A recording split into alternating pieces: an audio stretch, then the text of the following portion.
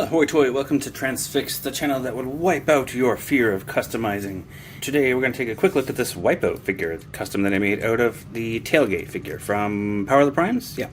Now I had this extra tailgate because I customized my tailgate, and I don't know, for some reason I had an extra, or I bought a practice one I think, to test out what I was going to do before I did it, and then I customized that tailgate successfully. But this one here I just left it as like a battle damaged one. I carved them up and painted some scrapes on them and stuff like that, but I wanted to do a custom wipeout, and luckily I had this figure, I didn't have to buy another one. So wipeout was a character who was introduced in the Marvel Comics in issue number 27, and he was only in that issue, he was destroyed in that same issue.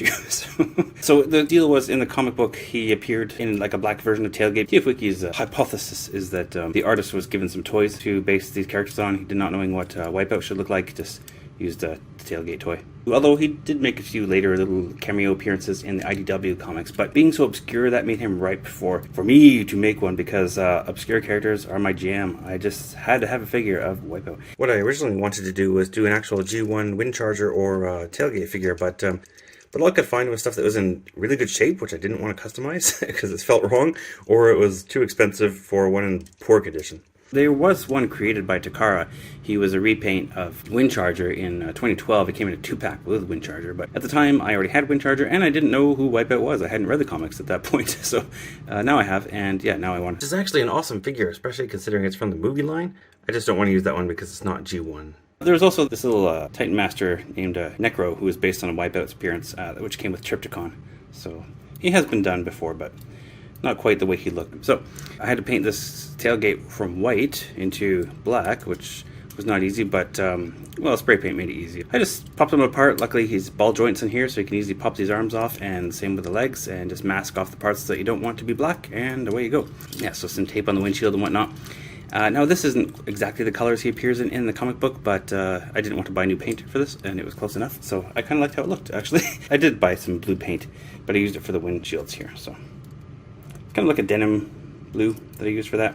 I painted all the windshields except for the front ones there. So that's the color I used there, and yeah, the battle damage was kind of carved in, so I just sort of repainted it with these scorching effects here, and he has a little chip off his head, and put some silver paint there, and on his chest here, and then I just put the silver back where I'd, you know, put like a blaster hole and nicks and dings and things like that. This part here, this back windshield, is a matte black. The rest is gloss black, matte black wheels as well, but with the clear coat I put on, it kind of made everything a bit glossy. Anyway, I need to put a Decepticon badge here, and that's pretty much going to be him.